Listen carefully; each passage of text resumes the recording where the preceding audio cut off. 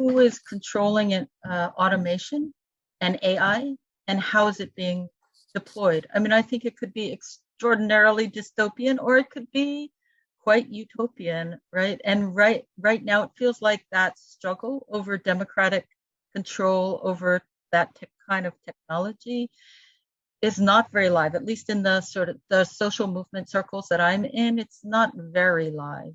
It just feels like it's in a different sphere. So I think it's important, right? So the dystopian view is not only is there a lot of job loss, right? So that study where in the next 20 years, 40% of US jobs are vulnerable.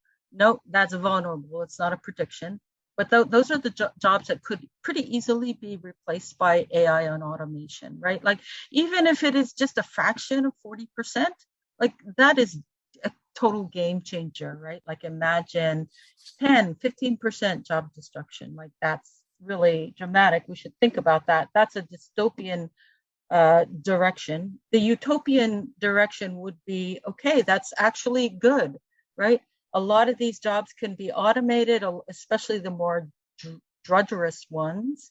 And we actually have more time to engage in things that we enjoy. And hopefully livelihoods are part of what we enjoy. Not only what we enjoy, but part of livelihoods is also how do we create things that are actually more affordable? How do we have more affordable housing? How do we have more affordable education?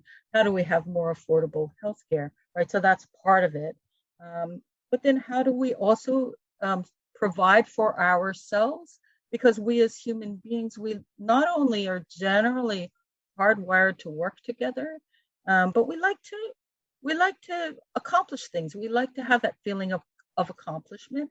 And when we make something, whether it's a mental effort or it's a physical product or a service, like that's very enjoyable. And if we could take the precarity out of it, like it's life or death, like if people had in a solidarity economy where people's basic needs are being met through a job, through a combination of community production, some kinds of UBI, some income generation, some jobs, then you can engage in that livelihood stuff as fulfilling and rewarding as opposed to drudgery.